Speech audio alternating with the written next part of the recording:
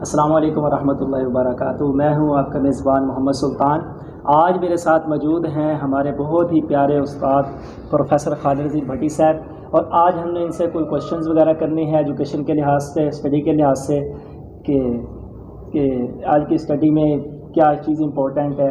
تو سٹی بچوں کو کافی پرابلمز رہتی ہے، بچے یعنی کہ ایگزام کی تیاری کر کے جاتے ہیں، وہ اس چیز میں آپ کا زیادہ اس میں ہوتا ہے کہ تیاری کر کے جاتے ہیں، پھر یعنی کہ ہر چیز ان کو یاد ہوتی ہے، ہر ایک چیز ان کو یاد ہوتی ہے، لیکن جب پیپر دے کر آتے ہیں تو وہ کہتے ہیں ہم پیپر کو اٹیمپٹ ہی نہیں کر سکے صحیح طریقے سے۔ اگر اٹیمپٹ کر بھی لیتے ہیں تو پھر بعد میں جب رزلٹ آتا ہے تو وہ یہ کہتے ہیں جی ہمارے نمبر صحیح نہیں ہے۔ اس کی بنیادی وجہ کیا ہے؟ بسم اللہ الرحمن الرحیم۔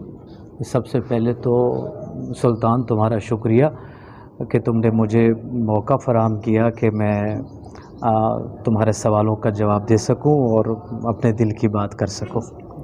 اب بنیادی طور پر تمہارا جو سوال ہے وہ یہ ہے کہ ایک طالب علم کو اپنا اسٹڈی پلان کس طرح کرنا چاہیے کہ وہ اپنے تعلیمی جو مدارج ہیں اور وہ جو تعلیمی مرحلے ہیں وہ بڑی خوش اسلوبی کے ساتھ جو ہے وہ طے کرتا چلا جائے۔ اچھا، اس حوالے سے ظاہری بات ہے ماہرین علم کی اپنی اپنی رائے ہے، اور میرا ایک ذاتی جو ہے وہ نقطہ نظر ہے وہ یہ ہے کہ طالب علم جس دور سے گزر رہا ہوتا ہے وہ اپنے اس دور کے ساتھ، اپنی اس عمر کے ساتھ یا اپنے اس مرحلہ تعلیم کے ساتھ وہ انصاف نہیں کرتا جو اسے کرنا چاہیے۔ مثلا وہ جیتا تو کہیں حال میں ہے مگر وہ سوچتا ماضی اور مستقبل کے بارے میں رہتا ہے، جس کی وجہ سے وہ صحیح انصاف نہیں کر پاتا۔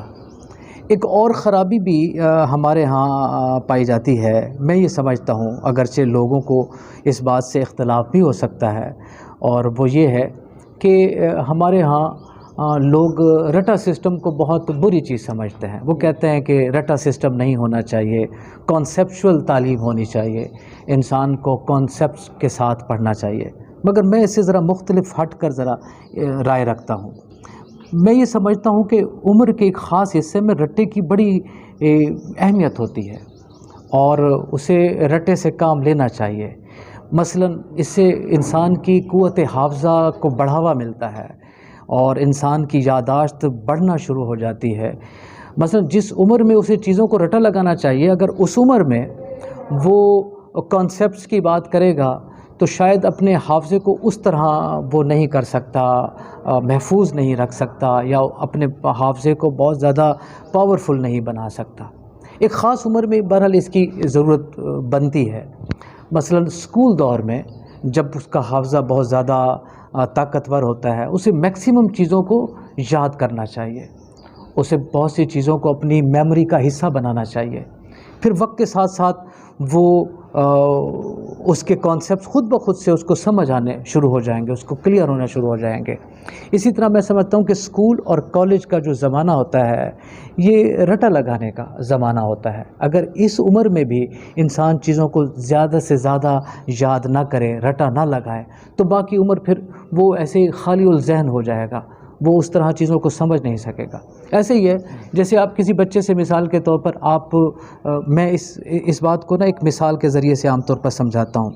یہ جو ہم الفابیٹک جو چیزیں ہیں جب ہم بچوں کو یاد کراتے ہیں، حروف تہجی بچوں کو یاد کراتے ہیں، یہ رٹا ہی تو ہوتا ہے۔